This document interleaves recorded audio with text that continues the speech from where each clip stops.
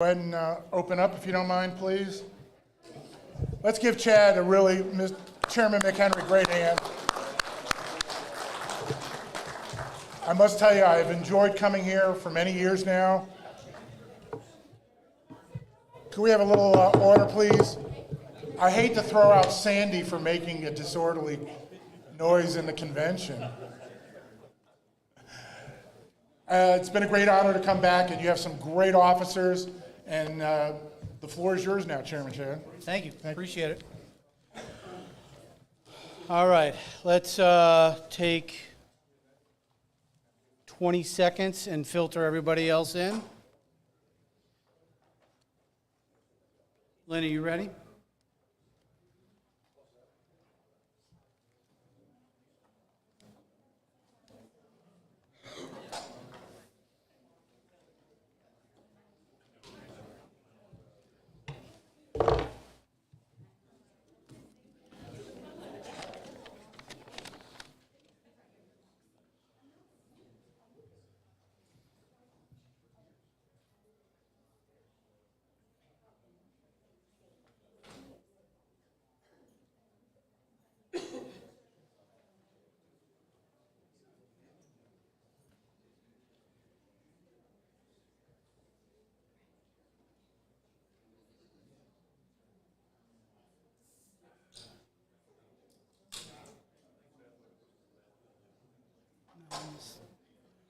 Waiting for my boss, Lynn Cooper. You ready? All right, well, thank you all for being here. We have a pretty good crowd, and I can't think of a better place to be on a Thursday night, but thank you for being here with us and participating in our Granville County Convention. What we need to do is have House Member Frank Sossman, will you come up and pray us in?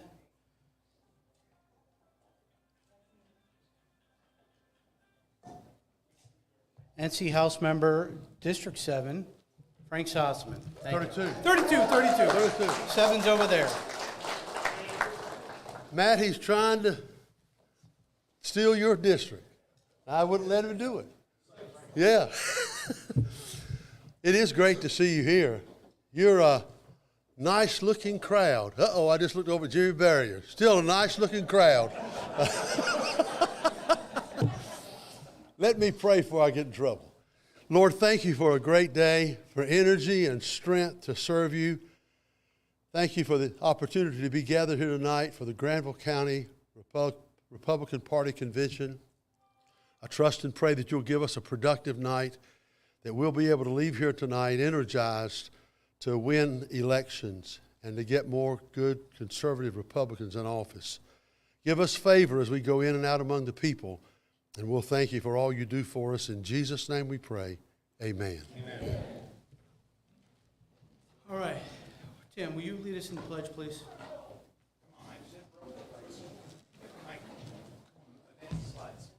Good evening, everyone. If you'll please join me in the Pledge of Allegiance to the United States of America.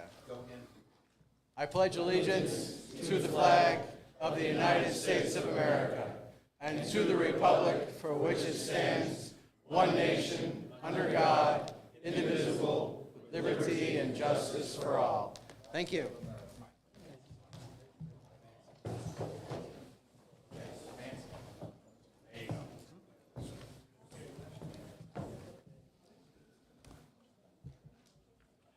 If you guys would remain standing, we're going to have Lynn sing our national anthem. Oh, say, can you see by the dawn's early light what so proudly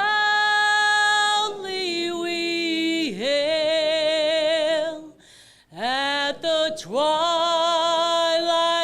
last gleaming, whose broad stripes and bright stars through the perilous fight All the ramparts we watched were so gallantly streaming, and the rockets' red glare, the bombs bursting in air, gave proof through the night that our flag was still there. Oh, say does that star-spangled banner yet wave o'er the land of the free and the home of the brave. Woo!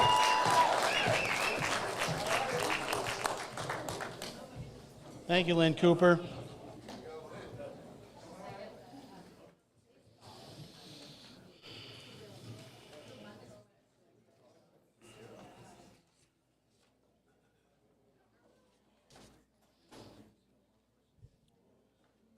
Breaking news.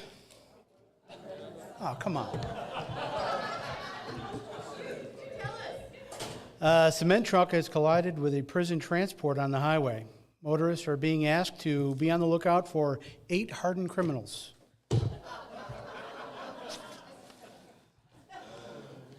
Gina Benoit, come on up. President of our Republican Women of Granville County. Did I get it right?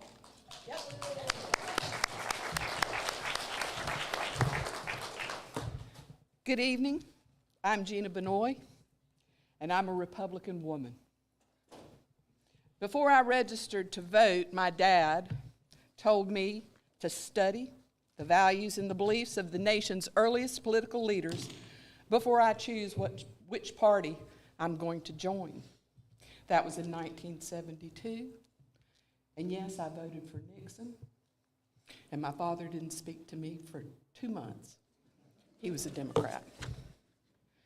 I was born in the 50s, came of age in the 60s, served my country in the Army in the 70s, got married, became a mother in the 80s, received my degree in English and journalism from the University of South Carolina, and joined my first Republican Women's Club in Rutherford County.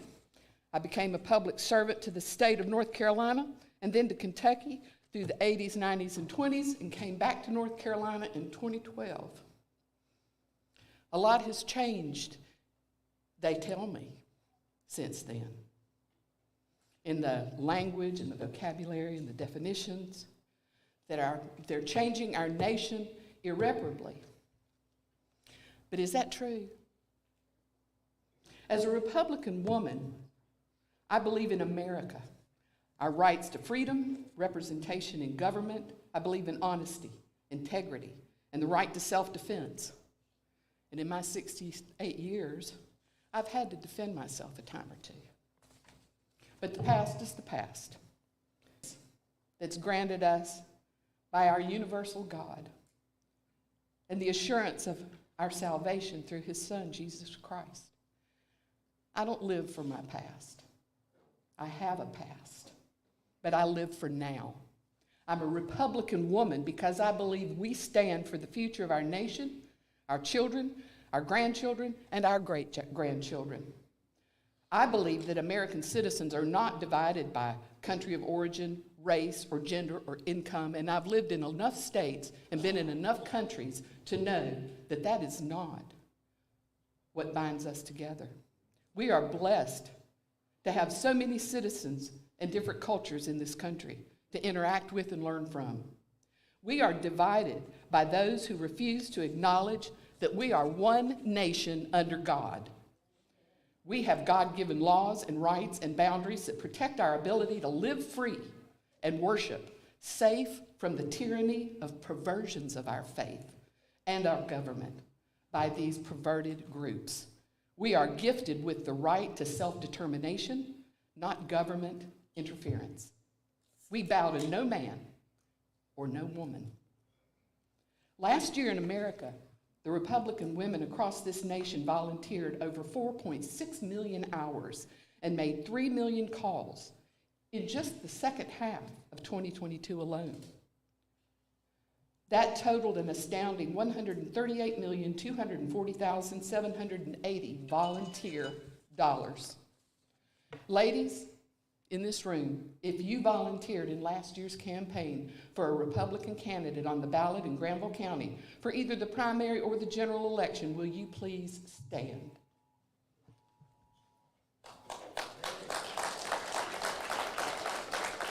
If you, give me a minute. If you volunteered 10 hours or less, raise your hand. Just 10 hours or less, okay? If you volunteered 100 hours or less, please raise your hand. There you go. 300 hours or less. 500 hours or less. 1,000 hours or less. Ladies and gentlemen, these Republican women are your warriors. Some just starting, some advanced in leadership, but all dedicated servants. These Republican women deserve your honor and respect. I call you my sisters, and I applaud you, each and every one. I conclude by saying now is the time, and now is the place to prepare for 2024, to heal our wounds once again as a nation, and take back this nation, our nation, this one nation under God. Thank you, Jenna. Appreciate it.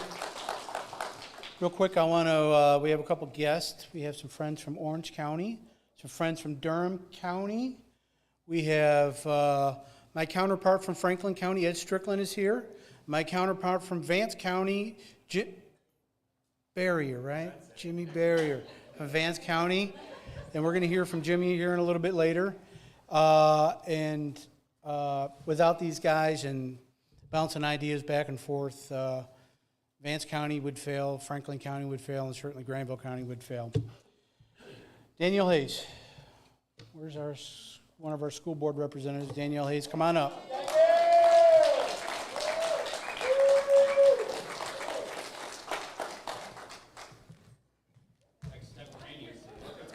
Oh, okay, after. So, okay. Well, my speech is not nearly as eloquent as Gina's was, but mostly I just wanted to come up here tonight and say thank you to each and every one of you. I've been under a little bit of attack lately. What? Okay, sorry. And, the March 6th school board meeting was a little tough, but the support that the GOP showed and the people that showed up for me and that stood up at the podium and spoke in my defense and in my support, I appreciate that so, so much. You guys mean more to me than you can ever imagine. And I just wanted to come up here and thank you guys for that. And share with you that it was a tough meeting. It was a 5.5-hour meeting, but at the end of it, the superintendent did announce her resignation. She's retiring at the end of the school year, but so I have hopes for a change in direction in Granville County Schools. And one of my conservative counterparts, Taylor, is back there. You guys give him some love too. He's amazing. And I just wanted to remind you guys that the untapped mission field in Granville County is our young people, and that's why I feel like the position that I hold, not me, but the position that I hold is so, so important, because we get to affect how these young people are raised up and what they learn as they age and they grow and as they become voters. So that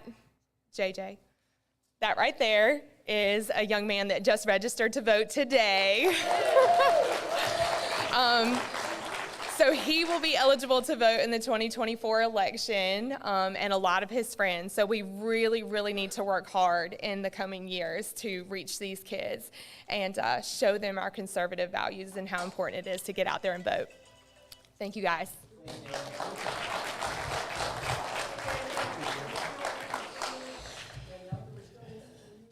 And Graham, speaking of the Granville County school system, they will be hosting a Civics Week. School Board President Glenda Williams said during Civics Week, students will take a deeper look into the Constitution and the 3 independent forms of government.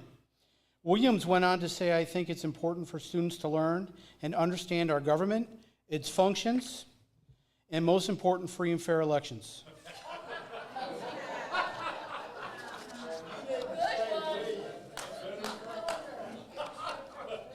It's a joke. Got more. Emma Albright. Georgiana, come on up. You have 2 minutes to give us a City of Creedmoor report.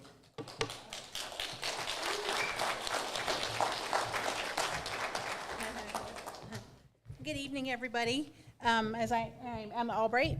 I just wanted to say thank you, Chad and Mike, for allowing us to speak tonight.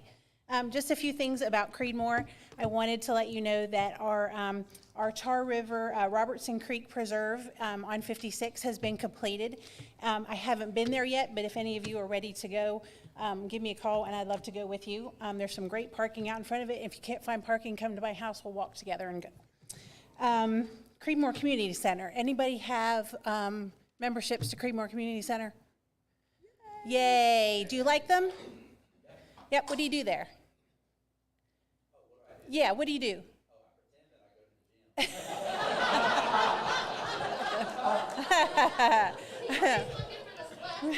He's looking for the splash pad. The splash pad. Ha ha, that's an inside joke, right, Sue?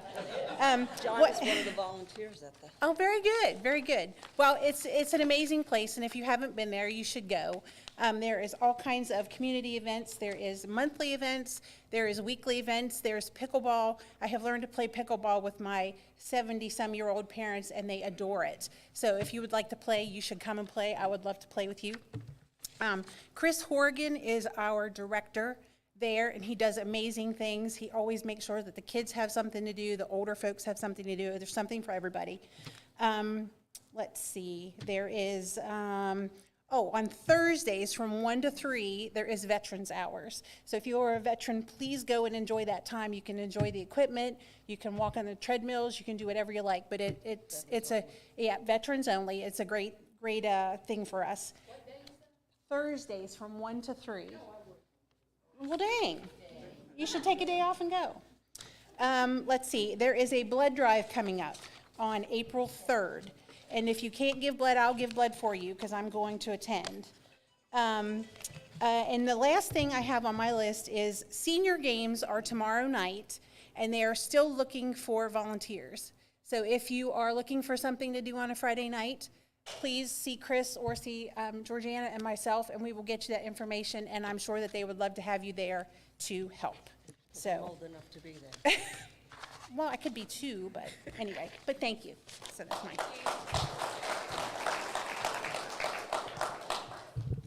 I wanted to just tell everybody, I was one of 3 commissioners elected in 2019 to the Board of Commissioners. Through one very, very hard year of adversity, I survived. The 2 other board members who were elected at the same time quit. We had 3 Democrats, a Republican, and an unaffiliated at that time. And now we have 3 Republicans, 1 unaffiliated, and 1 Democrat. And we are getting along very well, very well. Serving as commissioner is a full-time job. Don't let anybody, I can only imagine what the state and the county has to do because it is a full-time job. But if you are dedicated to your citizens, you do it, and I am. Creedmoor now provides veterans services, not only for the community center, but every Wednesday we have the county veteran service officer comes to Creedmoor and stays in our office every single Wednesday. So if you know any veteran in the southern end of the county, the county and the city have worked together to try and get this resource put there. Finally, if anybody knows of someone looking for a job as a finance director, the city of Creedmoor is looking for one, and we need one by May 3rd. It's very, very important that we get one. We're building our team. We've got a new city manager, new commissioners, and a whole new outlook, and I hope it's for the right thing. But thank you all very much, and we need candidates for November. Yep, yep. Thanks, sir. Thank you. I didn't do too bad this time, did I? You did I did better. Emma. 10 commission. Well, that was a heck of an introduction. No. Thank you, Emma. Emma, Georgiana, Kaczynski, our two Creedmoor commissioners, thank you very much. Tim Karen, District 6 County Commissioner, I am take it away. super glad I got the red memo. So, appreciate all of you being here tonight. It's very nice to see this room with people in the seats. I serve in this capacity here behind you as a county commissioner, have done so in my 13th year. First Republican ever elected here in Granville County. First past chairman of the Granville County Board of Commissioners as a Republican. I've got 3 county commissioners now that are Republicans, Russ May and Sue Hinman. And y'all don't know how important that is. So I asked Dr. Google today, what are the principles of the GOP? Fiscal conservatism, small government, free market capitalism, restrictions on labor unions. Now, fiscal conservatism doesn't necessarily mean that your taxes won't get raised, but let me tell you something. There's been an opportunity here where people have come before you, whether it be the school board or the sheriff's department, more, where they've asked for like 8 cents. And because of your Republican leadership, we said, no, we'll give you 3 cents. It's a tax increase.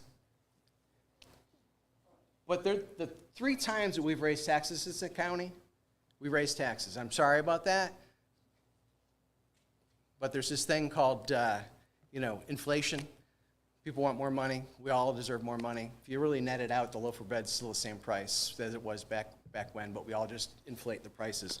But there's been times where they've come before this board and asked us for $3 and $4 and $5 and $7 million, and we got them down to 1.5. So that's where the fiscal conservatism comes in. You don't see the sausage being made. You don't see that we've already started our budget. We've already got probably 30 or 40 hours as commissioners in the budget, actually sitting in meetings talking with people, not talking about emails and phone calls and all the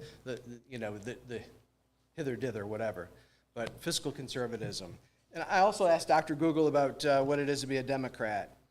Social programs, labor unions, consumer protection, workplace safety regulations, which granted, when there was kids working and the people were in the mines, it was a very good thing. This country, in labor was on the bottom, and we collective bargaining and all that kind of thing. But we've moved past a lot of that. And thank God we're in North Carolina here where we don't have unions. Although here in this current climate where you look at your neighbor and you say, well, they gave them more money, maybe we should give them more money, and then they gave them more money, and we need more money, and everybody needs more money. So that's going on, obviously. But, so you've got in the Democrat Party racial equality, regulations to protect the environment, which is good, But again, when you put Mother Earth ahead of the humans that are here, there's a draw. Republicans protect the environment. Republicans are hunters. We're fishermen. We go out and we spend our money and taxes and that kind of thing, and I'm getting to wrap it up. But I want to talk about a little bit about party loyalty. One thing, I've got a little burr in my saddle about party loyalty. Democrats, as long as they get like 51%, they're with you. But us Republicans, if you disagree on one thing, we're 95% together, and you disagree with me on one thing, and you won't even stop to listen to the fact that maybe as a county commissioner, I don't have the statutory ability to do what you want me to do, but you're going to disagree with me and then go out and get a candidate to run against me, or you're going to support a sheriff's candidate who's of the other party. it gives me acid reflux. It keeps me up at night. I mean, let's stick together. Let's support each other. We can disagree. We can have a little debate. Let's debate. But if we disagree, we're going to like run away and throw mud at each other and cut our nose off to spite our face? Come on, people. We are getting our hats handed to us by this left-sided idea. You know, I just, keeps me up at night. People, let's stick together.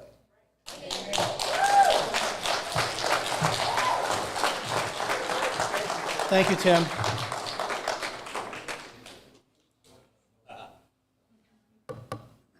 County Commissioner Russ May. Come on up, Russ. 2 minutes, buddy. 2 minutes. Read it and weep, baby. 2 minutes. Good evening. First of all, I want to thank Matt and Frank for yesterday, for the time I got to spend with you at the legislature. Let me tell you, they're doing big things there. And we have been coordinating and working with them for a very long time. Before Frank was elected, even before Matt was elected, we're starting to see some real things happen. And I see some great things happening in Granville County because of you guys. Thank you. First of all, I'm a proud Republican. I'm a conservative. I'm a born-again Christian. And I know some things I'm going to say tonight are likely going to offend some people. That's not my intent. My intent is to make sure that we move together stronger for the future. I'm Russ May, your District 5 County Commissioner and currently the chair of the Granville County Board of Commissioners. And first and foremost, I'm thankful that God gives me the privilege to live in such a free country to speak to you and to serve you. I'm a U.S. Army veteran and a retired career law enforcement officer, serving at both the local and federal level, and at present I have almost served 40 years of public service. During my career, I served in the most violent cities in America. I know what it feels like to lose coworkers, and my family and I understand the personal sacrifices one serves when they serve others. I make this point because today we seem to be more interested in demeaning and minimizing those who serve than actually taking the time to understand what it feels like to serve. It's easy to be nasty and critical when you have no courage to be in the arena. Instead, you enjoy being a spectator with no skin in the game. Many find it a sport to accuse anyone in public office of corruption, salacious conduct, or being on the take. I resent this, and each accusation will take the fight to the accuser. However, the accuser makes the fight difficult. Sometimes they are with their own party. They create accusations, misconstrue information, along with speculation and rumor, no facts, no truth.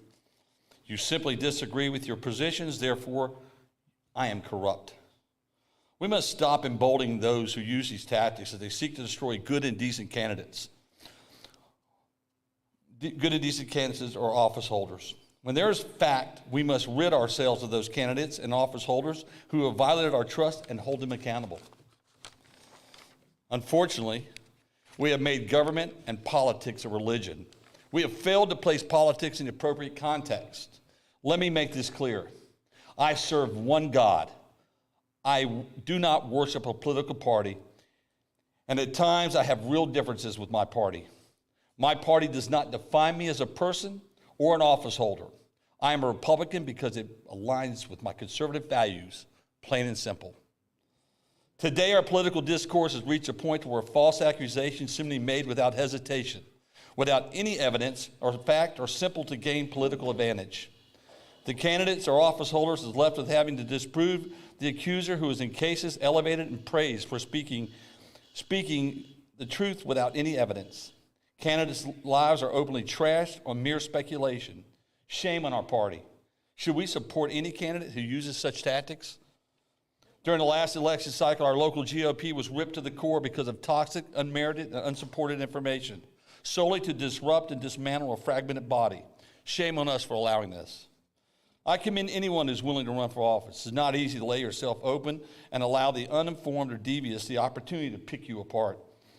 I am absolute good with opponents challenging each other's positions and to get right at it with how they may differ in governing. However, I'm not accepting the charlatans who are dispatched to the political process seeking to destroy viable candidates in turn for political office or favor by other candidates within or outside of our party. If we do not come together as a local, state, and national party and rid ourselves of toxicity, we will once again fail to win the offices we hold most dear. We must call out the outliers who twist our party and seek to disrupt our activities for personal grudges or personal favor. We must learn to unify with the primary candidates of our choice and not abandon our party choices in a way that brings victory only to the other party. We must possess the political acumen and intelligence to gain new members. We must never accept wrongdoing of any kind. Finally, it's time to unite. Be bold, beyond the pettiness. Let's work together for a greater Granville. Thank you. Thank you, Russ.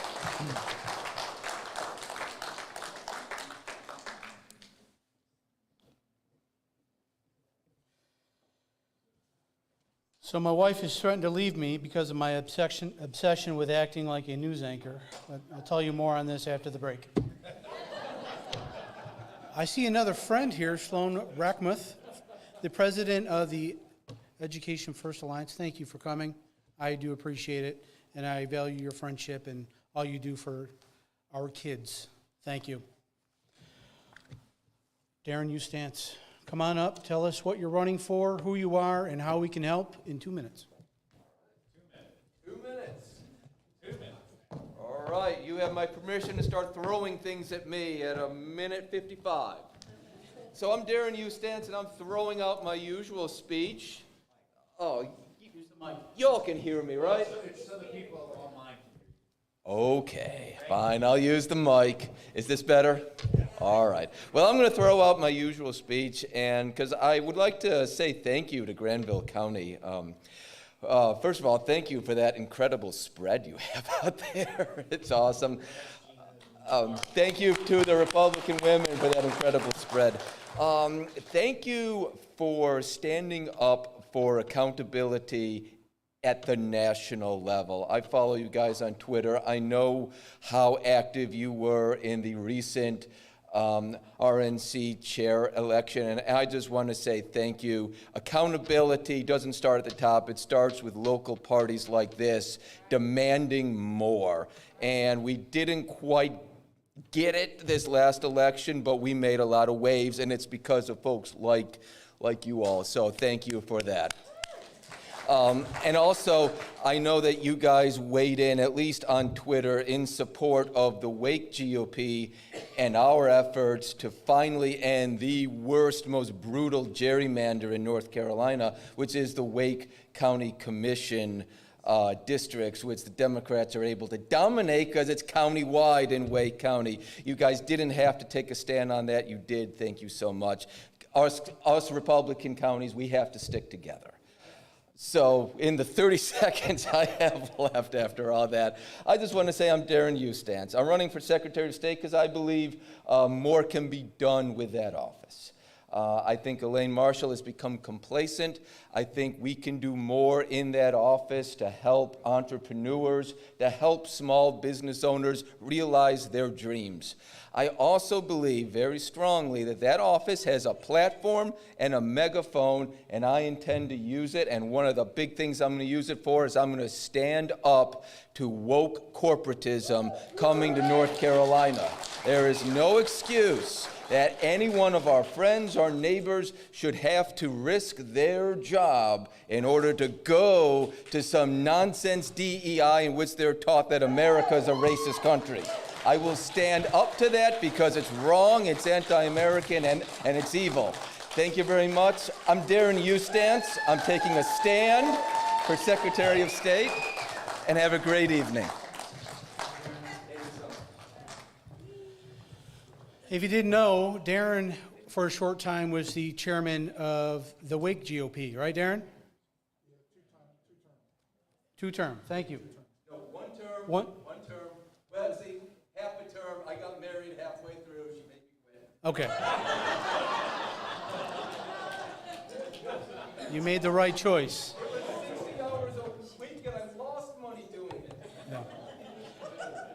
Speaking of Wake County, the Wake County Library System is hosting a Sigmund Freud Day. That's not the joke yet, but thank you. Libraries throughout Wake County will host a number of lectures and book reviews on his life, the founding of psychoanalysis, and the psychic structure model. Again, Sigmund Freud Day coming soon to all Woke County libraries. Freudian slip.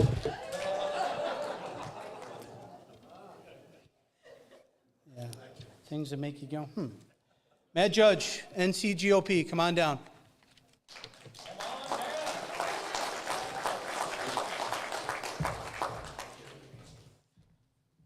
So before I say anything, I just want to take a quick moment and give these two gentlemen a round of applause and everyone who put this convention together.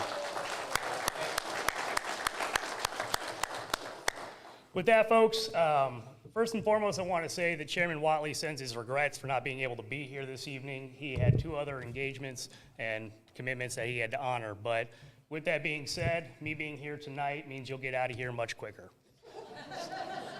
So, simple message from the North Carolina Republican Party, and it's just an overwhelming, heartfelt thank you. Thank you to each and every single one of you who went out, stuffed envelopes, put out yard signs, made phone calls, and knocked on doors. This is what makes the difference in an election every single year. We had 5.5 million voter contacts this last cycle, and that would not have been possible without each and every single one of you. We also would not have won not only Ted Budd's seat, but we would not have swept the judicial races, which we successfully did. And I might butcher your name here, so I apologize, but President Benoit had a great line earlier. She said, "We have got to get started now." In fact, right now is that time, folks. You being here tonight, reorganizing and looking down the road to 2024 is how we win that election. And we are going to have a very hotly contested election across the board in 2024. So with that being said, I just again want to say thank you so much for being here this evening. Thank you for all that you do, for the countless hours that you go out in the field, knock on doors, make those phone calls. And we're going to have to double down on those efforts in 2024 if we want to win. And that being said, we also look forward to seeing each and every single one of you at the NCGOP State Convention. It will be in Greensboro at the Corey Convention Center, June 8th through the 11th. You can sign up now at nc.gop.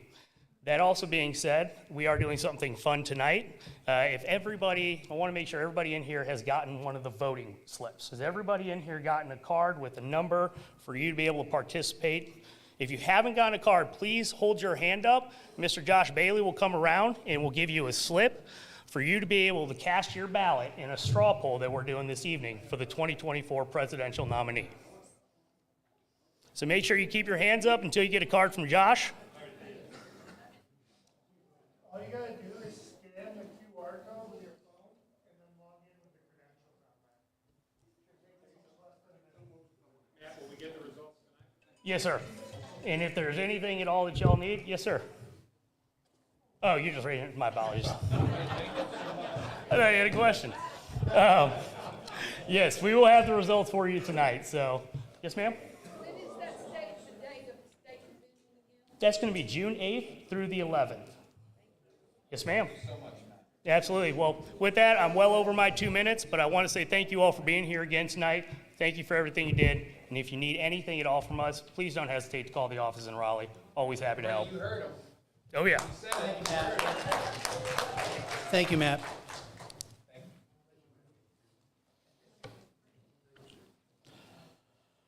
Adul, I didn't announce you earlier as one of the friends because I knew you were going to come up and talk yourself. So, Adul Ali, my chair counterpart from Cabarrus County. Thank you, Mr. Chairman. So, Granville County, I got 2 minutes to give y'all the who, what, when, where, and why. But before I do that, y'all have officially won the national anthem contest. Nobody else does the national anthem like that. So what is easy? I'm running for NCGOP vice chair. The when and the where is easy. State Convention, June 8th through the 11th in Greensboro. The who? Me. I'm a father, I'm a husband, I'm a United States Army veteran. I've served 2 terms. Yes, who? I've served 2 terms on my Cabarrus County Executive Committee. I'm the current chairman of the Cabarrus County Republican Party. I serve as the operations director for the Frederick Douglass Foundation. I work with Clarence Henderson, and I'm also a charter member of Candace Owens' Blexit. In other words, I care so much about this party, I don't do anything else all day but work to share our conservative values across this state. So the why I'm running for NCGOP vice chair. I'm running because I know the difference between a man and a woman, okay? All right? I'm running because I feel like we are at a point in our country where they want us to believe ungodly foolishness like critical race theory in our classrooms, like pedophiles teaching our children in schools, like the mess that's happening in our municipal governments with corruption. And we as Republicans have to stand up and say enough is enough, okay? Yeah. So the NCGOP vice chair, not a lot of responsibility. You kind of have an opportunity to shape your own vision. So here's what my vision is for that seat. To me, that's the biggest cheerleader that the Republican Party has. I have a record of not only being a conservative leader. My county, we believe that marriage is between a man and a woman, and we censured those who voted against that because that's what God said. Marriage is between a man and a woman, okay? I'm running so that we have that type of conservative leadership that's willing to stand up for our values and principles up there in Raleigh. Only other thing I'm gonna say, because my time is up, is that we need somebody that's gonna wake up every single day, go to Charlotte, go to Raleigh, go to Durham, go to these places where we're not communicating our values and stand up and say, God made this the greatest country on the planet and the greatest state. Last thing I'll leave you with is Proverbs 14:23. This is my leadership style. All hard work brings a profit. Mere talk leads only to ruin. Let's not talk about it. Let's be about it and save North Carolina. Thank you, folks.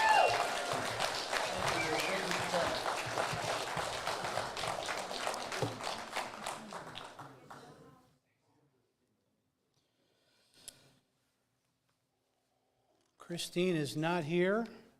Next on our list would be Frank Sossaman. Where's Frank? Come on up, Frank. Let me just say a quick word about Frank. Since taking office, he has introduced 7 bills as a primary sponsor. I know I'm stealing your thunder. And to date, co-sponsored 81 bills. My math is not great, but that's nearly 88 more bills than the last guy that had the office.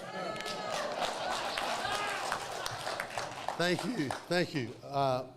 Actually, my LA looked at the record of my opposition, and in the 2022 year, he sponsored 25 bills.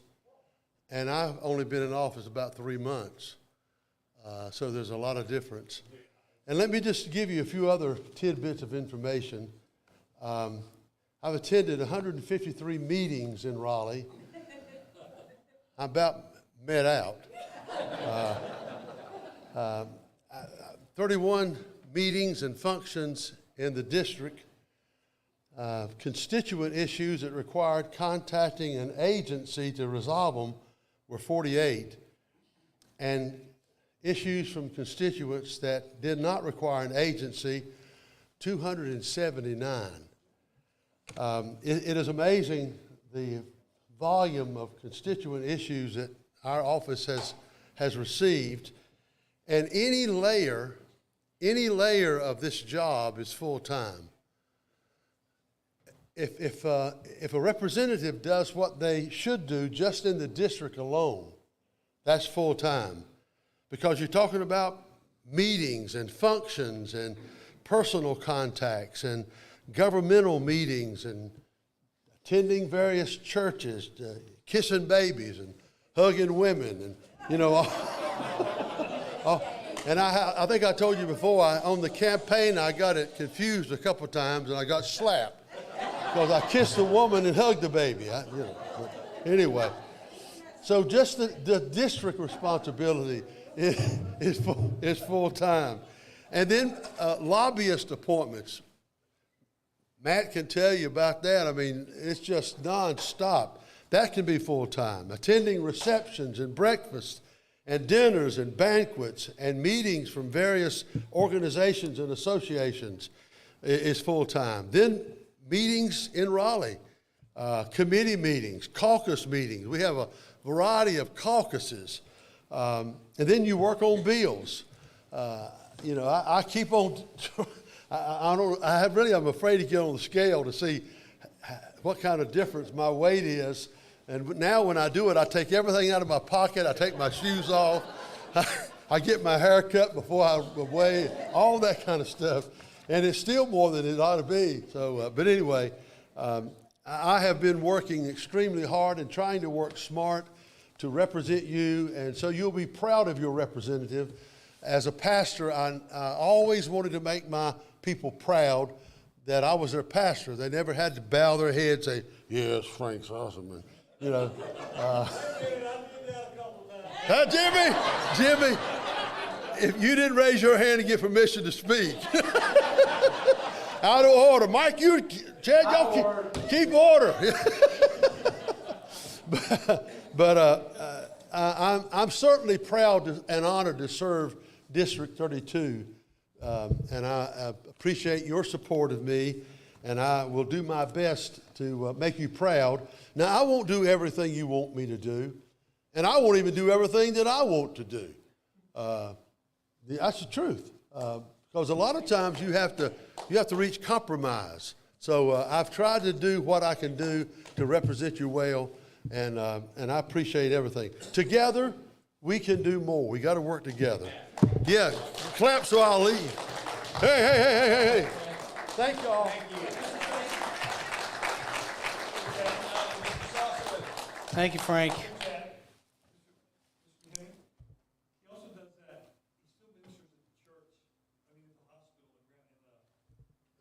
You still make rounds at the hospital.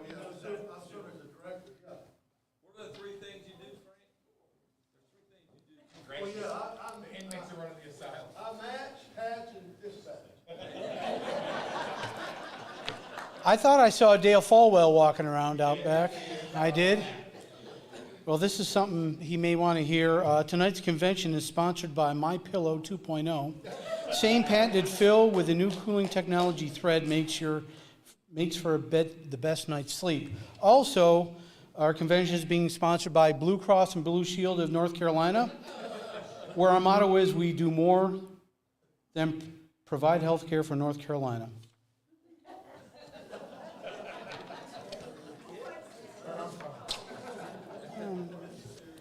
I am serious. John Hardister. Come on up, John Hardister.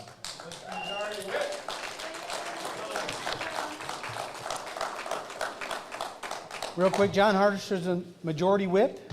Yes. Serving District 59. And you are running for, I'll let you take it. Thank you. Awesome. Thank you so much for having me. How's everybody doing? Man, this is a lively bunch tonight. This is a lot of fun. I've been here before. I see a lot of familiar faces. It's great to be back. I am the majority whip in the House. My name's John Hardister from Guilford County. If you have any extra Republicans, please send them to Guilford County because it is a blue county, but we've been holding on there. We actually do have some elected Republicans in office. So I was driving to Washington, D.C., this place called the Swamp, a few months ago. My phone rings and somebody says, Commissioner Dobson's not running for re-election. I said, you gotta be kidding me. Everybody got used to seeing Sherry Berry's face in an elevator for like 20 years, and Josh Dobson gets elected, and he's not running. So I called him up. He confirmed. He said, no, I'm not running again. And I said he wanted to spend more time with his family. He's from all the way out west of McDowell. I said, okay, I get it. That makes sense. Hung up the phone, started thinking. I was like, I could do that job. I'm qualified for that job. I've worked in the private sector all my life. I've served in state government for over a decade. I could do that. Started praying about it, thinking about it. I said, okay, I'm going to do it. So what does Department of Labor do? Well, number one, you deal with workplace safety. So you have to have inspectors who go out and collaborate with the private sector to implement workplace safety and not do it in a way that's adversarial. Second, inspections, not just elevators, but escalators, mines, boilers, quarries, amusement rides, H2A housing. Again, you have to have inspectors that are not adversarial, that are proactive, and get the job done and get it done in a timely fashion. Because if anyone ever has worked in construction, you know you want your inspections to be done quickly and fairly. Another thing the job does is you settle wage disputes that arise in the workplace. Another thing, perhaps most importantly, is you can push back against the federal government if they overstep the 10th Amendment. That could be something like ESG, or the Green New Deal, or a vaccine mandate that's unconstitutional. And then also, and finally, the other thing the job does is, if you're the labor secretary, you have a seat on the community college board. I'm very, very passionate about workforce development, vocational skills, things like plumbing, electrical, welding, HVAC, things like that. And that's something I'm going to push very aggressively, and I believe my time is up. If I get elected, you will see my picture on the elevator. You can say, I know that guy. I'll do my best to lift you up. My name's John Hardister, coming to an elevator near you. Thank you. Thank you, John. Tom Murray, come on up. Running for Attorney General. Before we start my time, I want to talk about a couple judges that couldn't make it tonight. So my good friend Jefferson Griffin, he is on your Court of Appeals. He is running for the North Carolina Supreme Court. He had to go to another county convention. We're brothers in arms. When he wanted to join the North Carolina Army National Guard, he came and asked me. We were knocking on doors in one of my House campaigns, and I said, I can help you do that. And I administered the oath of office a few months later and actually swore him in so he could serve our nation in the Army National Guard. So Judge Jefferson Griffin for Supreme Court in 2024. So if you think it's important to have a constitutional originalist judge, and we've done really well as Republicans electing conservative judges, then what would it be like if we had a conservative, originalist, constitutionalist attorney general? My name's Tom Murray, and I'm running for North Carolina Attorney General. I'm a state prosecutor. My first jury trial was in front of Judge Dunlow. I'm an attorney. I'm an Army veteran. I served in the Army National Guard. I've deployed, got the T-shirt. But most importantly, I'm a husband and father of 3.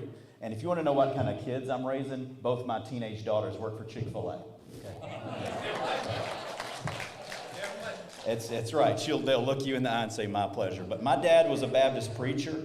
My mom was a school teacher. We have a saying in our house. It's Joshua 24:15. You can choose who you're going to serve. You can serve your donors, the next political office. But as for me and my house, we're going to serve the Lord, and that's why I'm running.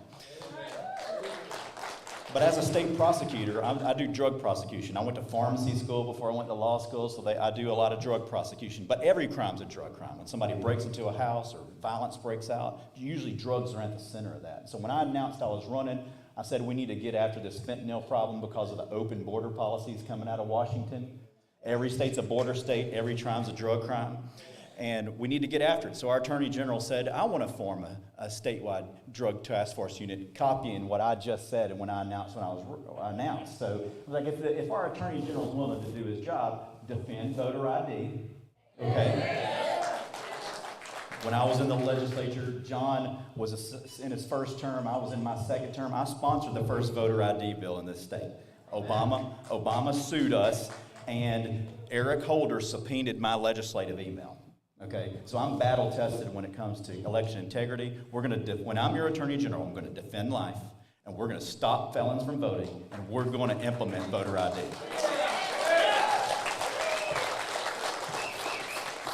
Great party. Thank you for your leadership. My website is jointom.com. Very simple, man. Jointom.com. My email address is tom@jointom.com. Please email me. I'll look forward to coming back and keeping this community safe. Thank you.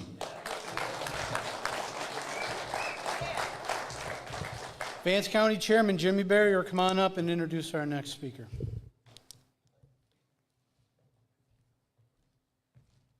Now you've just introduced. So if I'm just introducing, then I don't have a time limit then there. I'm here. I'm going to introduce Sandy Smith. Sandy is no stranger to Vance and Granville County. She's been a successful business executive who has started business, created jobs, and worked her way up the hard way. She's highly energetic. If you know her, you can understand that. She's highly energetic and has a can-do attitude, and that's the truth. I've been around her, developed a relationship with her. That's who I want in someone going to Congress that will be sitting up there across from Nancy Pelosi. The only thing she's got to do is vote the opposite way. All right? It's an easy job. So anyway, she has a Bachelor of Science degree in Business and Technology from East Carolina. She graduated cum laude. I guess I said that right. Currently a member of the Phi Kappa Phi Honor Society, and she is currently the Chief Financial Officer for GPC Incorporated. She has been a senior staff accountant and a financial records officer. She's been founder director of Peninsula Youth Cheer and nonprofit youth organization, former attractions lead budgeting and scheduling for the Walt Disney Company. In her political experience, she's been a candidate for United States House of Representatives in 2020, where she swung the district 25 points. In 2022, she swung the district 4 points, and even with Nancy Pelosi spending $6.2 million, and when I saw that, I was sitting over the other side, Mr. Dunlow over there, and I looked it up and everything. They spent $6.2 million. That's $24 a vote. Okay, that's what they spent. Don Davis and the Democrats, that's what they spent. Now, and I have to say this. When one of the guys said that they wanted to have party loyalty, I'm all about party loyalty. I want people to be loyal. There were 7 other people in that race in the primary for this.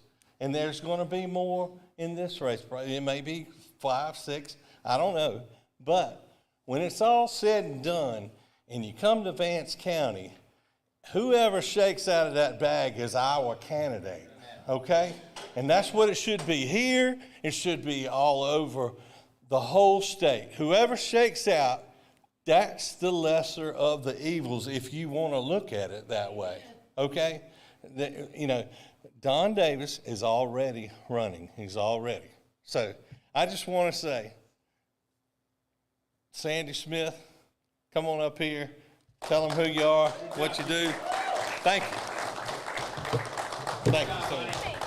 Thank you. That was a fantastic introduction from my duet partner officially in Vance County. Yes, this would probably be the first occasion we don't actually sing together on stage. How's everyone doing? Good? If you want me, I need to take it down, I will. But no, we have to be fired up and ready to go in 2024. Am I right? Yes. Because we are seeing Joe Biden destroy our country right in front of our eyes.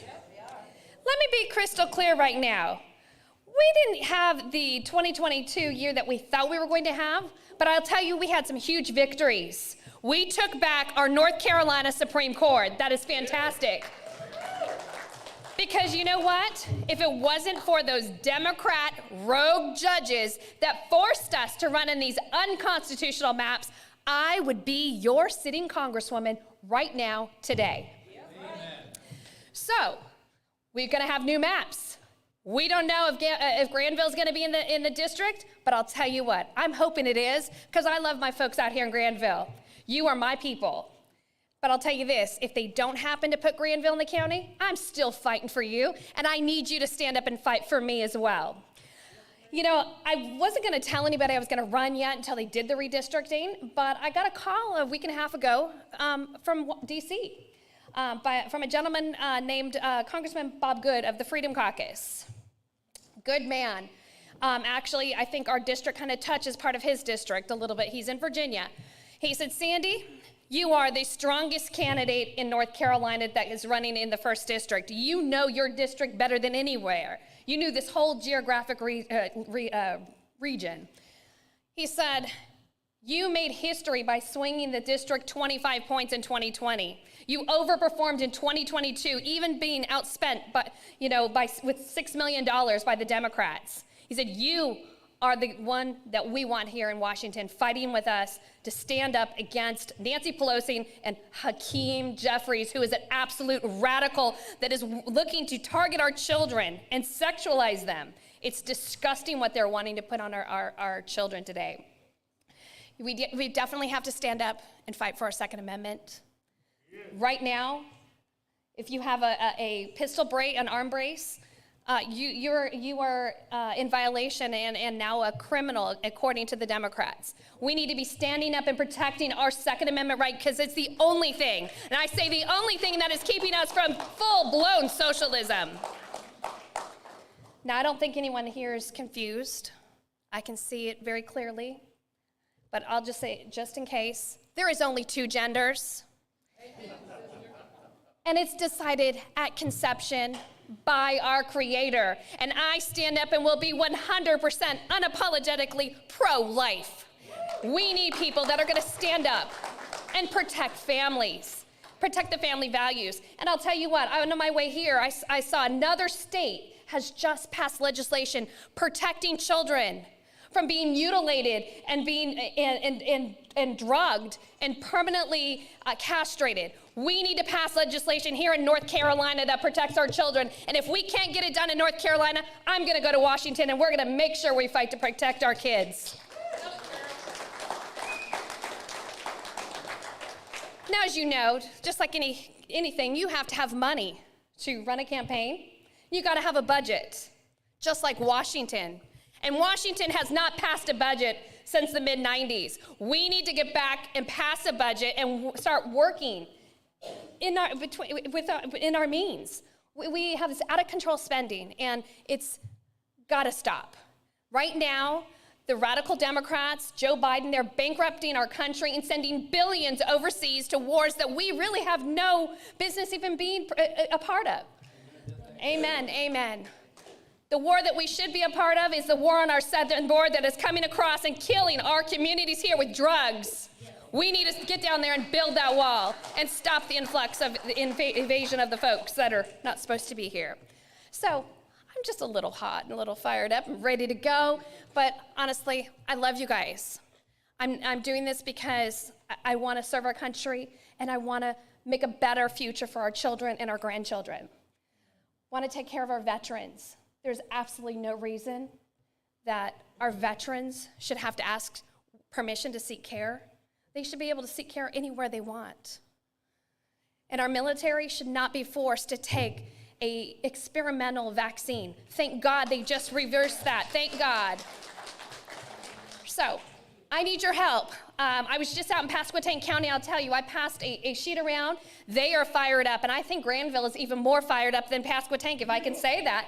We had over 30 people sign up and wanted to get active and help. We need people to make phone calls, do meet and greets, knock doors, even put signs out. Jimmy, he is a sign king over here, let me tell you, and some other folks. So, but no, we need to make sure we get strong conservative Republicans elected in 2024. God bless you guys. God bless America. And God bless the great state of North Carolina.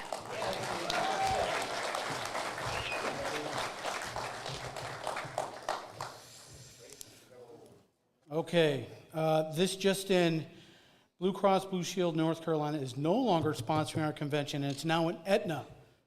Aetna, Better Health.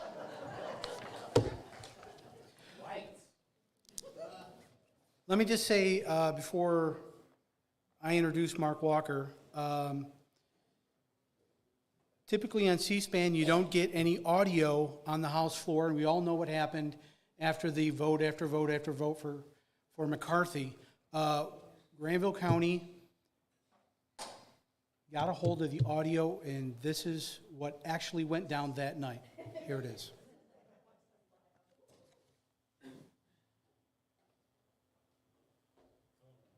Okay. Back it up.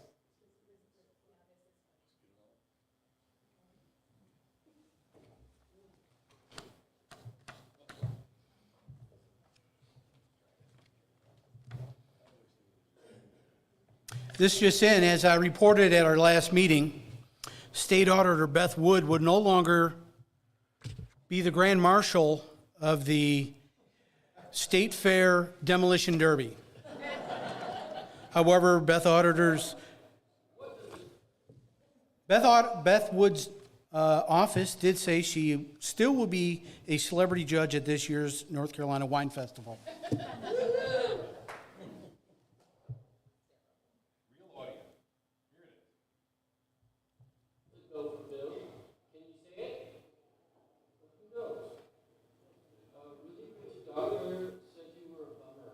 I think you don't know algebra. No, we're talking science, bud. Science of what? Is that a tiger? One of your friends promised me I could flip you in your face. Absolutely, you may not do that. Isn't this pretty smart for real? Say any cereal name. Cinnamon Toast Crunch. What are people in the 12th century? Say it like that. You're formulating things called the storm cloud. I don't like you, dude. That's a tiger. That's it. You two guys sent the tiger. No, not me. What? Tiger. That is reprehensible. Hey, yeah. Hey, I'm a horrible person, Brad. I won't report you to Nadine. I just want your leg bones to be okay. I brought the tiger. You got somebody on the organ now? Hey man, you're gonna pay for dinner. You're And there you have it. What you didn't see on C-SPAN, Mark Walker, come on up.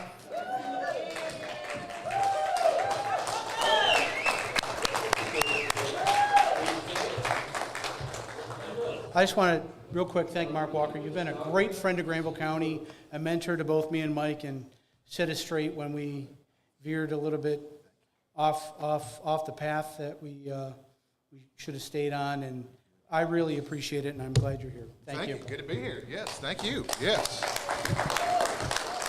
You guys always bring the tiger. So yeah. No, it's a privilege to be with you. We're not going to keep you long because I know you've got business there, and as a former pastor for 16 years, I can pretty much read body language when it's time to wrap up. So over the years, but maybe just I was thinking about where I even want to go with comments. Let me just give about 30, 40 seconds of background, and then we'll kind of get into maybe a charge. I worked in business and finance for 7, 8 years. I did something I swore I would never do, and that's to follow my dad's footsteps as a Baptist pastor. And we did that for 16 years, and just as strong as a leading and a calling out of that, we decided to run for the U.S. Congress. I was told by all the members of the establishment, you got to wait in line, it's not your turn. We felt like God was leading us. We jumped in there, we won. Hit the ground running.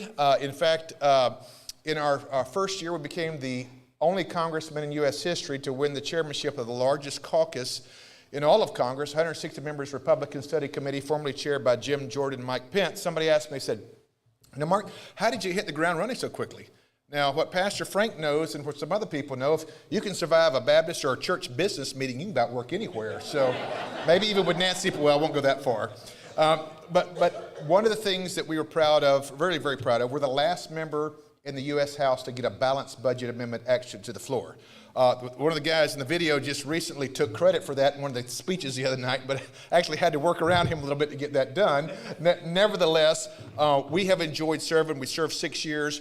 After last year's primary, we jumped in there for 6 months and helped the judiciary races. I had an opportunity to attend most of those swearings in, got a great message from Trey Allen yesterday. Let me tell you, North Carolina is better with the judges that we have representing us today. Absolutely. Quality people, quality candidates make a difference. And that is so, so important. So when it comes about making a difference, I thought of this verse a little earlier. 2 Timothy 4:7, maybe we'll go this as the theme in the middle part here. Some of you may know this, Pastor, you may know this, is fought the good fight, finished the race, and kept the faith. And I thought about that. That's really what we're doing here. If you're here tonight, you're in the fight. You're showing up, right? It's battle. And let me tell you, speaking of battle, a lot of people think this is a political battle. This is spiritual warfare. And until we're willing to engage it from a spiritual perspective, we're fighting windmills. We're pulling a Don Quixote. Because if it's a spiritual battle, and some people don't like it when I say this, that means we're fighting evil. And to people, my friends, and even fellow pastors that need a fire lit under their backside who tell me this isn't their battle, if we're fighting the evil, then who the heck is supposed to be fighting this battle except pastors? We need to wake up in the church too. The biggest issue that we're facing right now in North Carolina is to make sure that we get our education system correct. Everything else is important. Everything else needs a battle, needs to engage, but until we get the government out of the classroom, we will never change the future of this country in America. I authored the A+ Act in D.C. that didn't strip away funding but took any kind of government mandates out. Arizona's done it the right way. We need to follow it in North Carolina where the money actually follows the classroom. And for God's sake, if I hear somebody mention diversity, equity, and inclusion one more time, we got to shut that down, okay? America was made great because we based our success on merit and not phony junk that we just want everybody to get a trophy and finish at the same time. Engage. What you're doing is making a difference. Let me repeat that. What you are doing is making a difference. We cannot stop fighting the fight. It's on us every single day, and North Carolina has a chance to be what Ron DeSantis has done in Florida that will tell the federal government to go back and fly a kite. Don't bring that junk down here in North Carolina. We can do that as a state. I'll close with this. We need more than rhetoric. We need results. We need a game plan. I served 6 years in the U.S. House.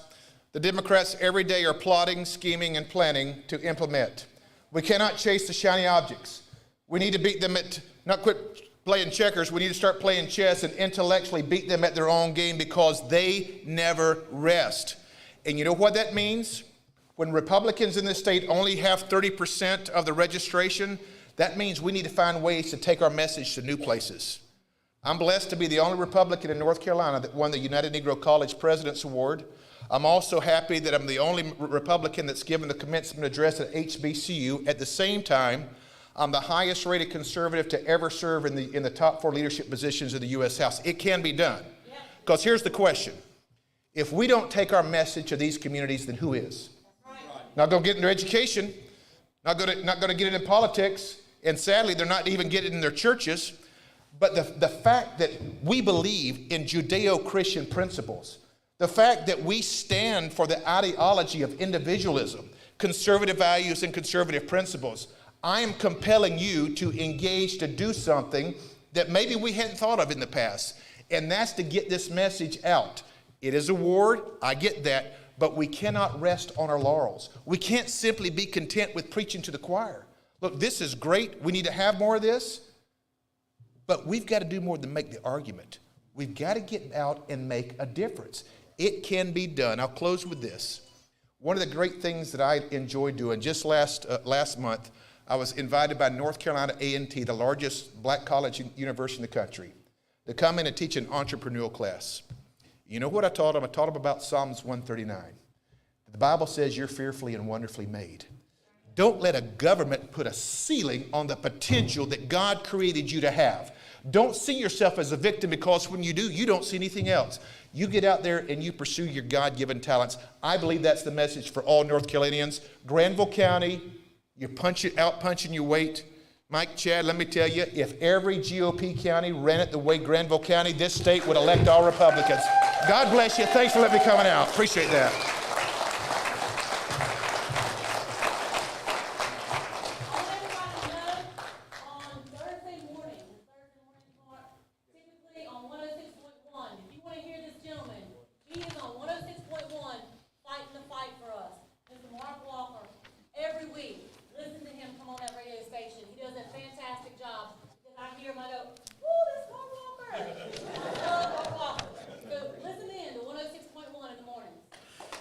Matt Winslow, come on up.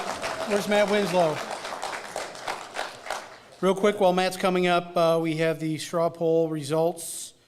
36 votes cast. Donald Trump came in number 1 with 44%. Ron DeSantis, 39%. And then it was, Vivek Ramaswamy, 8%. Nikki Haley, Mike Pence, and someone else. I'll add 3%.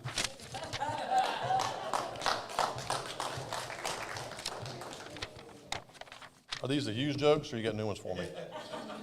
Okay. That's a recycling bin. Recycling bin? Yeah, exactly. Air conditioner works great in here, by the way. I mean, it works really good. It does. So I get the pleasure of introducing Dale Falwell. Now, last week's convention, I got to speak. Ed allowed me to speak at the convention, and while I was over with, we had someone volunteer to be the timekeeper, okay? That's because I went way too long. So I'm just going to stick to my notes and introduce Dale Falwell. Where you at, Dale? He snuck in on us earlier. So let me give you a background. Most people don't realize he served on the Winston-Salem School Board. He was in the North Carolina House, 4 terms, right? 4 terms. He served as Speaker pro tempore. He worked for Pat McCrory in the Department of Commerce.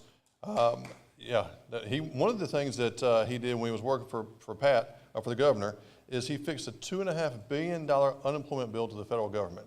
So when the Republicans took over from the Democrats, they left them a bill of $2.5 billion owed to the government. And at the time, the budget, I think, was about $15 billion plus or minus. It's only $15 billion. But, so you're talking over, 10%. So almost 10% of the entire budget was owed to the federal government, and paid it off in 5 years? 30 months. Thank you, 30 months. Yeah. In 2016, elected as state treasurer, and now he's in his 2nd term. He's doing a fantastic job for us. As our treasurer, he has saved hundreds of millions of dollars of the people's money. He keeps the state's credit rating at a AAA, one of only 12 states in the country. He's reinvested the people's pension funds, less fees and better returns, saved us $368 million.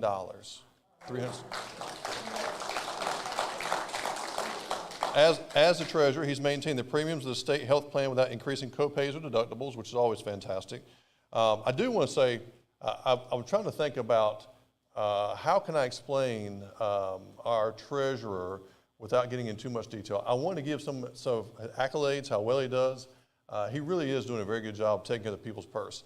And I was thinking about, I might stand up here and say, Dale Falwell is so cheap. If he takes you to lunch, it's only because he has a buy one, get one free coupon. And Dale, who pays? That's right. So this is the type of person you want that's in charge of the people's money. He truly cares. Every day he goes to work, he's working on policies, he's working on what he can do to save money for the people. And he's not afraid to stand up and say what is right and what is wrong. He's been doing it in the public, working for the public servants for, 16, 18, 17, almost 20 years now, right? And he does it because he enjoys it and he wants to be a public servant. So I introduce our treasurer, Dale Falwell.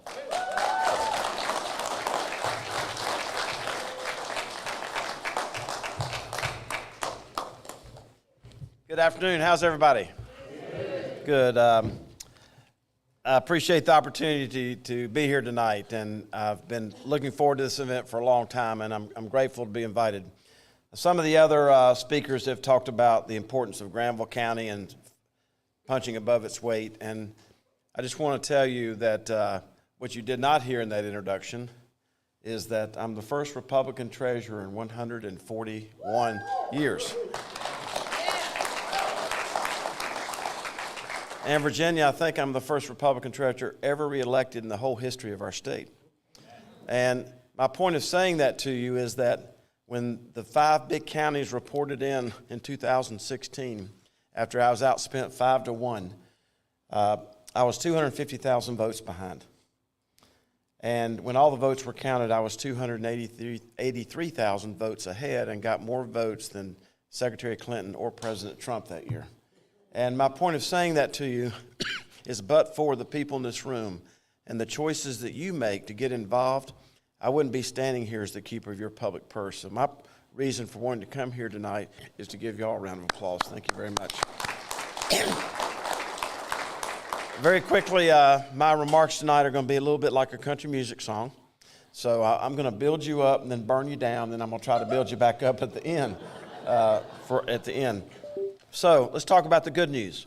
I'm wearing a lapel pin tonight that has NC on it. We all know what NC stands for, but for your purposes tonight, I want to remind you, first, it stands for nothing compares.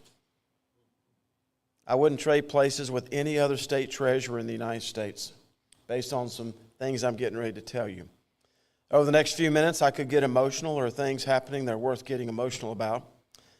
I'll not be getting political for the main reason that with everything that's dividing our country these days, political party and race and gender, none of that exists at your treasurer's office. As the keeper of your, thank you. As the keeper of your public purse, the only color we focus on is green. Green. Now, 3 or 4 times over the next few minutes, I'm going to do my hands like this, and when I do like this, you're supposed to say, "Are you serious?" Ready? Let's practice. You ready? Are you serious? Dale, yeah, I'm serious. So get ready for that. All right. We were talking about yesterday, today, and tomorrow, which is how the Bible is structured. I'm showing you a chart here of the debt trajectory of the state of North Carolina leading up to 2010. Now, if this looks anything like the federal debt situation right now, you're exactly right. And never get off my yoga mat. I always focus on state issues. But I want to tell you, as the keeper of the public purse, the state treasurer of North Carolina, we manage $250 billion in Raleigh, North Carolina. Yeah, and the point of me saying that, in addition to all that, I'm also the chair of the State Banking Commission. So if you want to know why I act the way I do, actually that doesn't explain why I act the way I do, but if you want to know why I say the things I say and think the way I think, because this is serious business. One of my duties is that I chair the State Banking Commission. Who do we regulate? BB&T Truist, First Citizens, First Bank. Those are just 3 of the banks that we regulate at the State Banking Commission. And let me tell you, it's been one heck of the last 4 weeks to make sure that NC also stands for no crisis in the North Carolina banking system. Thank you. All right. I talk about the federal debt. I just got debriefed as the chair of the State Banking Commission and the state treasurer. And I want to tell you that the federal debt of this country is the biggest national security issue of my lifetime. Now, I'm not saying that politically because both parties are responsible for this situation, both parties.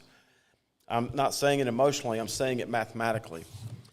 I just asked for this chart that was presented to me today, and you're not going to be able to see this in the back. But what this chart will show you that in the last 3 years, that the increase in the national debt and the doubling of the interest rates on that debt is now larger than the military budget. Dale, yeah, I'm serious, unfortunately. This is a serious mathematical issue, and it's going to have to be resolved. So, this was the trajectory leading up to 2010. Now, I'm going to show you the trajectory since 2010. Are you serious? Dale, yeah, I'm serious. Now, what I'm getting ready to say to you, no matter how scholarly you are or how old you are, you've never heard in your life. We are going to be paying off 60% of the state debt in 8 years. 60, not 6, 60. Yes, Dale, yeah, I'm serious.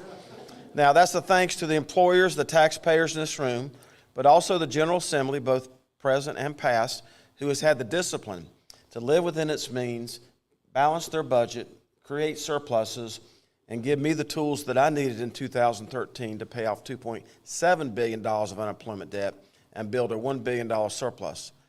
3 years ago tomorrow, that $1 billion surplus was a $4 billion surplus in the unemployment trust fund, which was desperately needed as we were in the front end of nearly 1 million people being unemployed in this state. So as you try to meet people where they are, because you've already heard that the majority of North Carolinians now are not affiliated with any party, if you want to mathematically show them the difference between us and them, you can show them this chart. Because this is when the Republicans took control of the General Assembly, right here.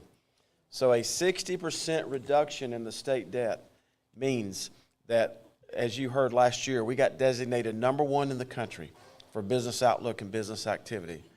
That just didn't jump up on the table by itself. There's a lot of strategy and a lot of discipline that went into that. We also, as you heard, been able to maintain our AAA bond rating. Now, if you wake up thinking about AAA bond ratings, you need to get a life. Okay? But you do, yes.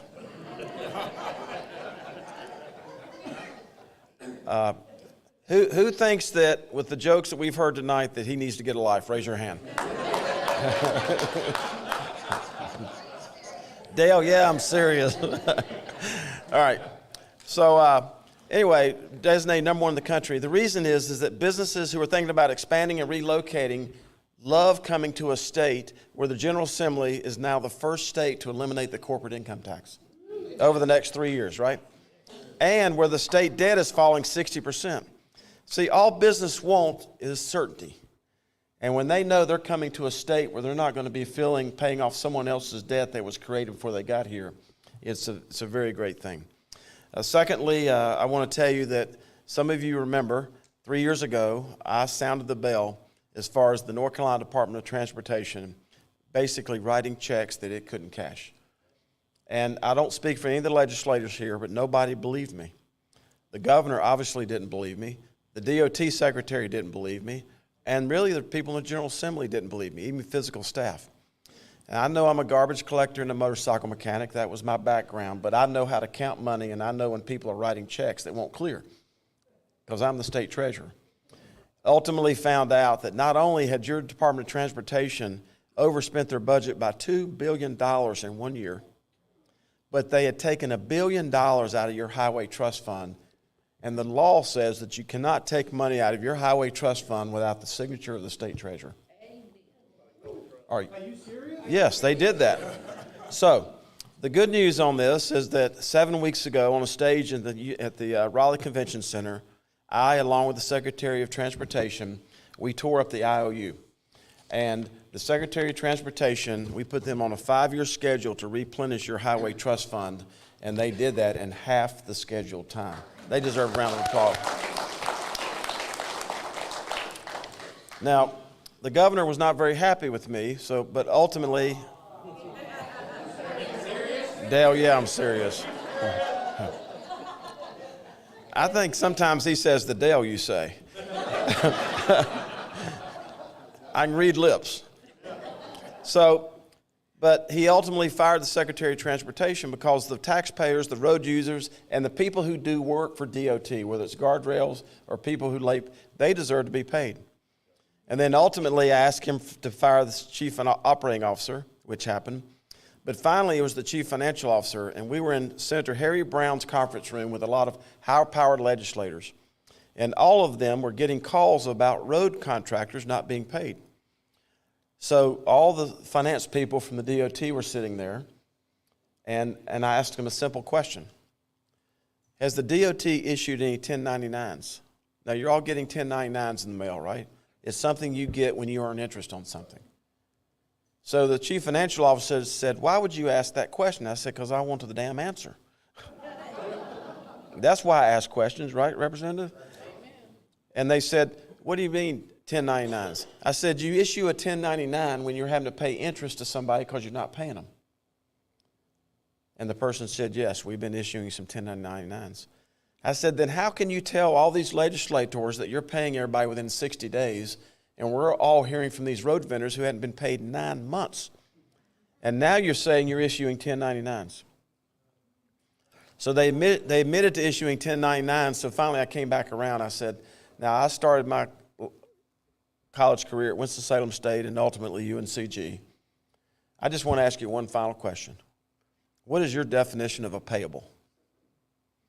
And this person said to me in this meeting, Matt, you would have gone under the desk. They said, a payable is when we can pay it. Dale, yeah, I'm serious. My point is, a payable is not when you can pay something, it's what you owe somebody. And that's why this thing was in such a vortex. So great news, they've replenished the Highway Trust Fund. The pension plan remains one of the best funded pension plans in the United States. I want to update your numbers a little bit. We've cut $700 million in Wall Street fees out of your state pension plan. $700 million. The pension plan just got scored in the 0 percentile. Now, that's probably why I struggled so much in school. I thought that was a good place to be, but I've learned since in school you don't want to be in the 0 percentile. You want to be up there a little toward the top. It's like a thermometer. Somebody finally had to educate me. But when your pension plan is being scored, Sandy, for efficiency, being in the 0 percentile, what that means is that there's no pension plan in North America that is as efficient as yours is. None.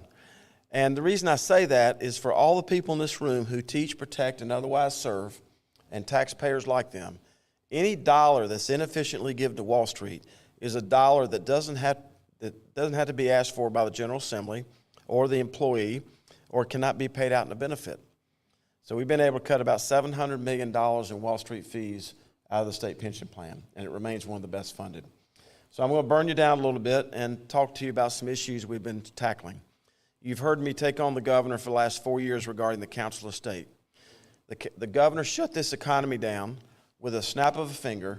It took me 6 months to get the record of which Council of State members voted to shut down North Carolina. Yes. Guess how many votes there are? 10. I know how I voted. So I'm only looking for the votes of 9 other people. It took 6 months. When you vote on the floor of the General Assembly, it's immediate, and it's in the record immediately. It took me 6 months to figure out who voted to shut North Carolina's economy down, which also perpetuated itself into public schools and other kinds of things. So we've been battling the governor on the Council of State stuff. Well, I'll tell you later. So, some other things that the governor did is he put an evictions moratorium on folks. And after a period of time, what I was able to prove that the evictions moratorium was keeping people from renting apartments. Because who's going to rent somebody an apartment for 1 month and they know they're going to be sitting there for 16 months not paying them any rent? People just say, we're just not going to rent at all. But something else, the governor created this thing called the HOPE program. Are you serious? The Dale you say, excuse me. Okay, so let me tell you the story. Now, do you think that a check cashing company would ever want to call the state treasurer? Do you think a check cashing company would ever want to call the chair of the state banking commission? No, well, I'm both those things.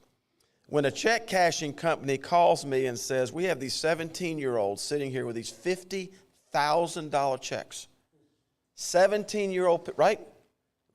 17-year-old people with $50,000 checks who are supposedly landlords and own property, but they don't have a bank account. There's massive fraud going on in the HOPE program. And what the evictions moratorium did is it kept people from getting housing. So eventually the evictions moratorium went away. Then we had a utilities moratorium. Now the utilities moratorium was not means tested, which means nobody in this room had to pay their power bill, their light bill, their water bill, if they're in some of these service areas, their cable bill or their natural gas bill. And it wasn't mean tested either. As a matter of fact, in Elizabeth City was 2 weeks away from having to declare bankruptcy. Elizabeth City is in bad shape tonight. But back then, they were 2 weeks from having to declare bankruptcy. And the reason is that nobody was paying their power bill. And we have 58 cities, especially in rural North Carolina, where the power bill is financed by the city. So the governor put in a moratorium on the payment of these power bills. And what was happening, it was collapsing the cities who were in charge of this. So eventually I convinced one of the Council of State members to go against the governor's recommendation, and so eventually the utilities moratorium went away. But this is just the kind of thing that I've been fighting for on the Council of State that none of you really ever heard of. There's absolute secrecy in the Council of State. There's no minutes, there's no votes, there's no Robert's Rules of Order, there's absolutely no protocol, and I'm working with your great delegation here to improve that. The Council of State should go under the same criteria as a city council meeting, as a school board meeting, and all those other meetings. So we're working on that. ESG. Sorry? I don't know. ESG. ESG, as you know, stands for Environmental Social Governance, okay? I think ESG needs to stand for Energy Independence, Safe Neighborhoods, and Good Government. That's what ESG needs to stand for. So you hear all these talk shows about BlackRock and all this other. The state pension plan has $14 billion invested with BlackRock. It's been there, just hear me out, okay? It's been there for a long time. You know what? Because we hired BlackRock to manage our money. But somewhere along the way, Larry Fink became this person who wanted to politicize all of your state money and your pension money with his woke philosophies. So what I did about 3 months ago is I negotiated all of our fees with BlackRock down to the bare minimum. Now, hopefully you don't wake up thinking about basis points, but 1 basis point is 1/100%. I mean, it's tiny. So he manages $4 billion fund for us for 1 basis point. So people say, pull your money out of BlackRock and do what with it? Go somewhere it's going to charge 10 times more? So what we did is we negotiated all of our fees with BlackRock down to the bare minimum. Then what we did, 3 weeks later, they signed a contract, we signed a contract, and we said, send all of our proxies back to 3200 Atlantic Avenue. BlackRock is never going to vote their woke philosophies and politicize our pension money again. So now all the proxies on all the stocks that the state of North Carolina owns are sitting in Raleigh, North Carolina, not New York City. The third thing I asked is for him to be fired. Because we didn't hire Larry Fink to politicize our pension money. We hired BlackRock to manage our money. Now, 4 weeks ago yesterday, the CEO of Vanguard came out and said, Vanguard, there's 3 biggies in this world, State Street, Vanguard, and BlackRock. The CEO of Vanguard came out and said, we're no longer going to have anything to do with ESG. So, yes, my point is, you know, conservatives, I mean, it's not enough just to yell at these problems. Eventually somebody has to find a way to fix them, and that's what I do. So that's what we've done on ESG. Very quickly on some other things, we're facing many pressures in our small governments. Your delegation has helped me greatly. We just dechartered East Laurinburg, and people sometimes ask me, why do you carry all this stuff around? Nobody cares about this. They just want somebody to blame. Because, you know, it's not enough just to blame somebody. You know, I'm a big disciple of Andy Stanley, the son of Charles, and Andy gave a sermon about 5 weeks ago and said, anything left unattended is not going to get any better.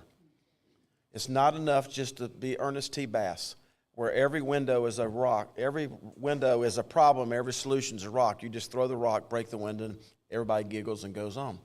Eventually, somebody has to fix these problems, and that's what I do. So East Laurinburg, we dechartered East Laurinburg. I'm the first treasurer to ever take away a city's charter.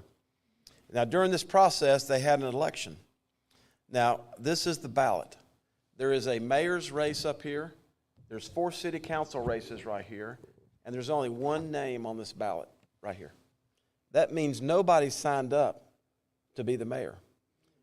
East Laurinburg had not produced an audit in 10 years. Dale, yeah, I'm serious.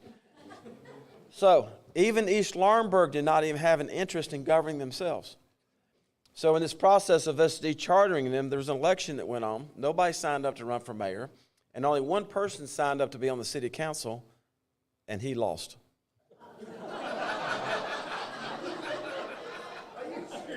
Dale, yeah, I'm serious. He got two votes.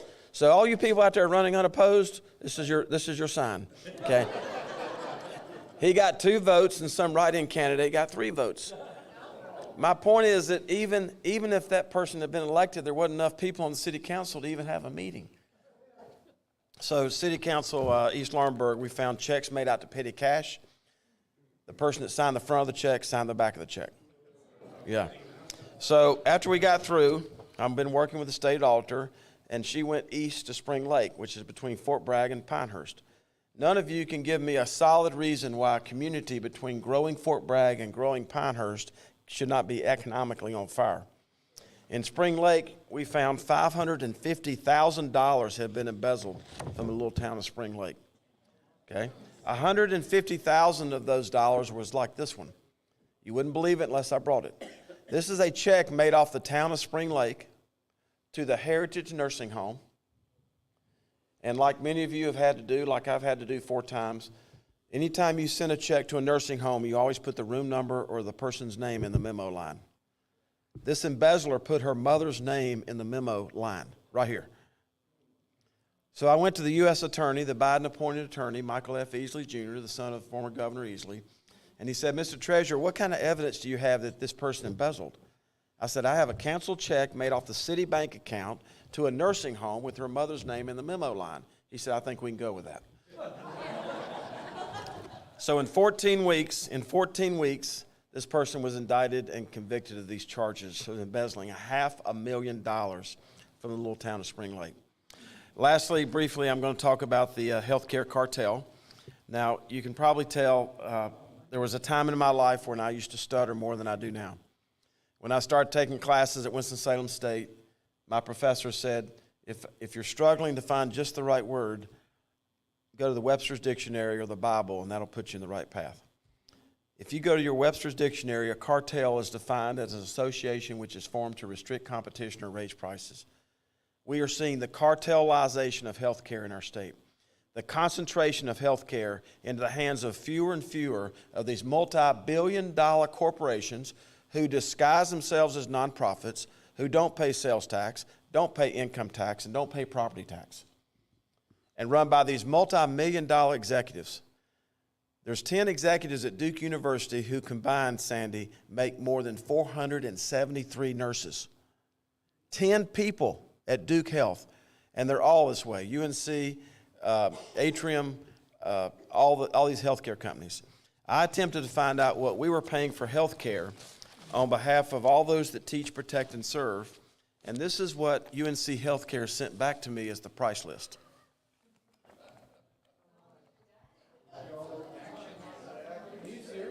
Yeah. Serious? I used to work for the CIA. Yeah. Every single page was redacted. Now, I probably won't get invited back to Granville County after saying this, but this is a middle finger. They could have sent me a nice little letter and said, Mr. Treasurer, thank you for your inquiry.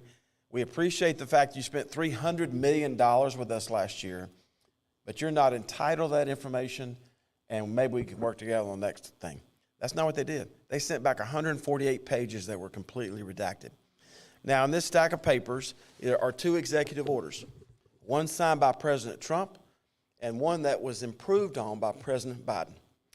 So President Trump issued an executive order to get rid of secret contracts. President Biden actually strengthened President Trump's order to get rid of secret contracts. And the Chamber of Commerce and the healthcare cartel, the Chamber of Commerce, if anybody should know what's happening to rising healthcare costs on small and medium-sized businesses, it should be a Chamber of Commerce. So they sued the previous and the current president 3 times.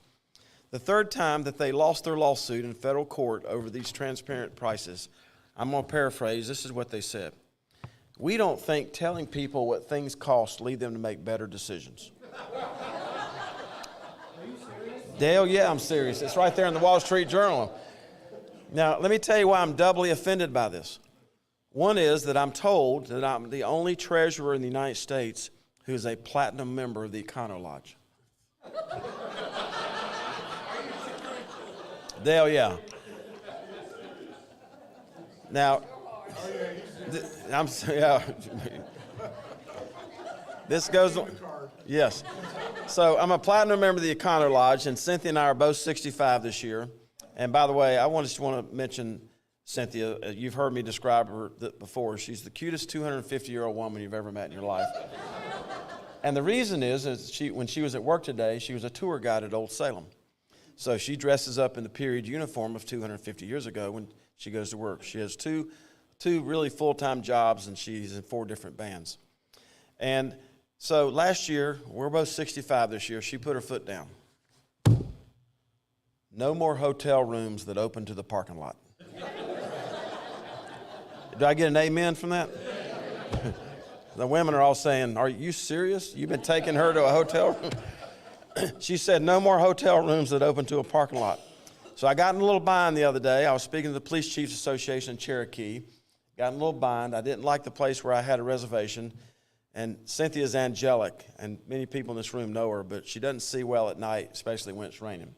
So it was dark and it was raining. I didn't back in and turn my lights off or anything. I pulled right into the Econo Lodge there at Cherokee. And I walked into the Econo Lodge and I said, "Ma'am, can I see a room?" And she said, "Do you have a member number?" She pulled up my member number and her knees buckled. We've never had a platinum member stay here before. First time.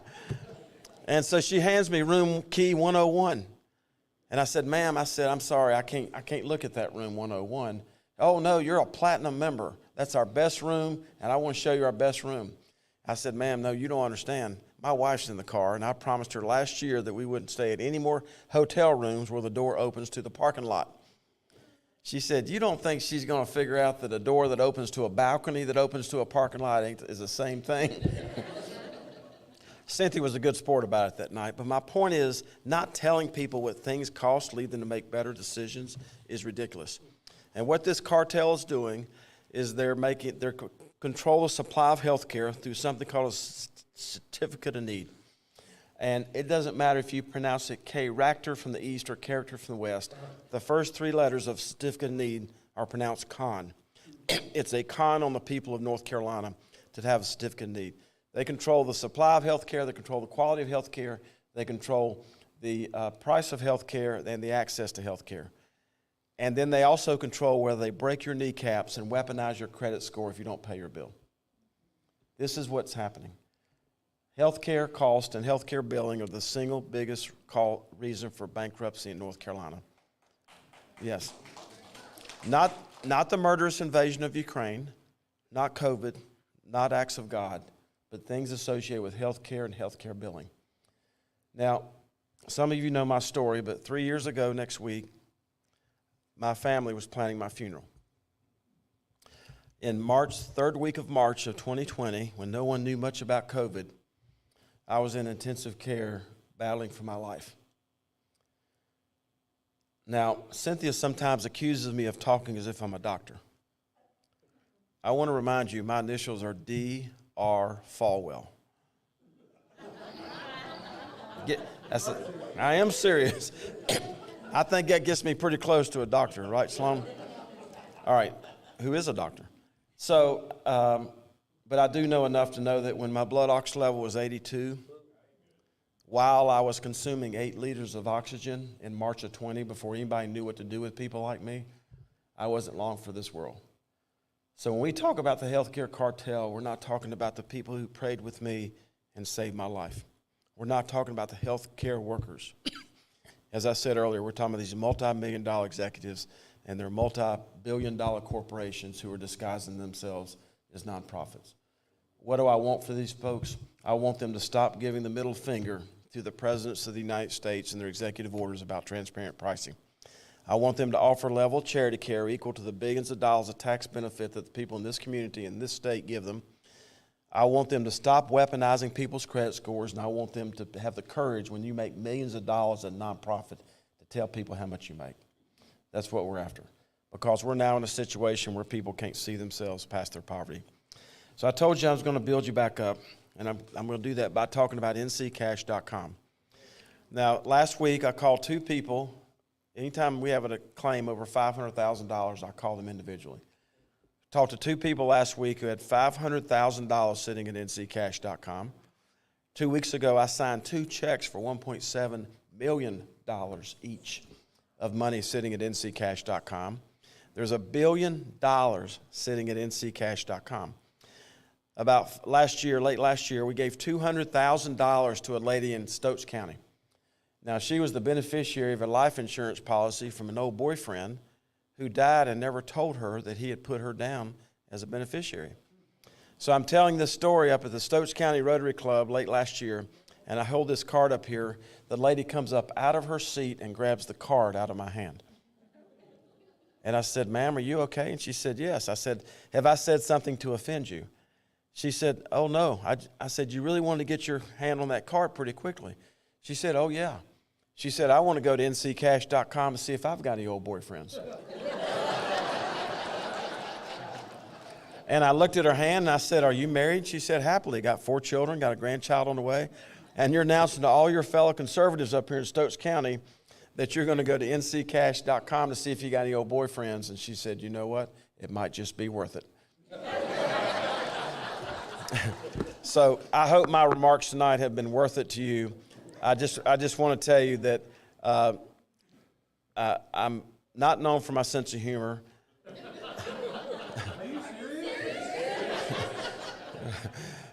But I can tell you, I'm blessed that I'm the least likely person to ever be the state treasurer in North Carolina based on where I started in life. And I'm just blessed that God kept me alive 3 years ago next week. And I'm blessed that God gave me the humility to see what needs to be seen. And the vision to see what needs to be seen. The humility to listen for what needs to be heard. And the courage to act on what needs to be done. Thank you very much, and God bless you.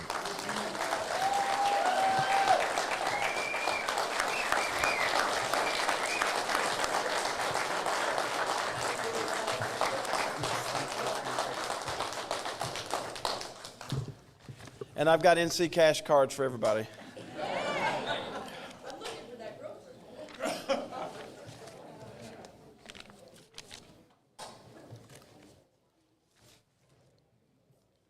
Thank you. Thank you, Dale. Thank you very much. All right, this is what we're going to do real quick. I'm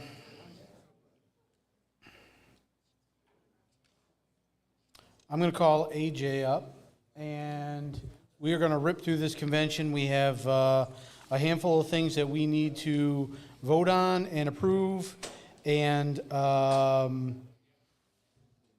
if you hit the QR code, you will see everything that we will be voting on. Thank you.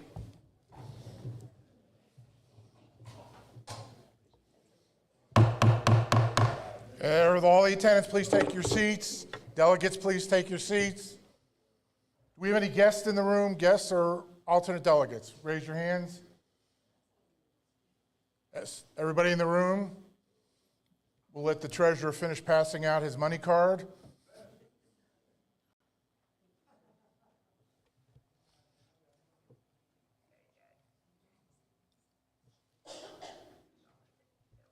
Yeah, they went to the bathroom. That's why I'm slow tracking it. Thanks for letting me know.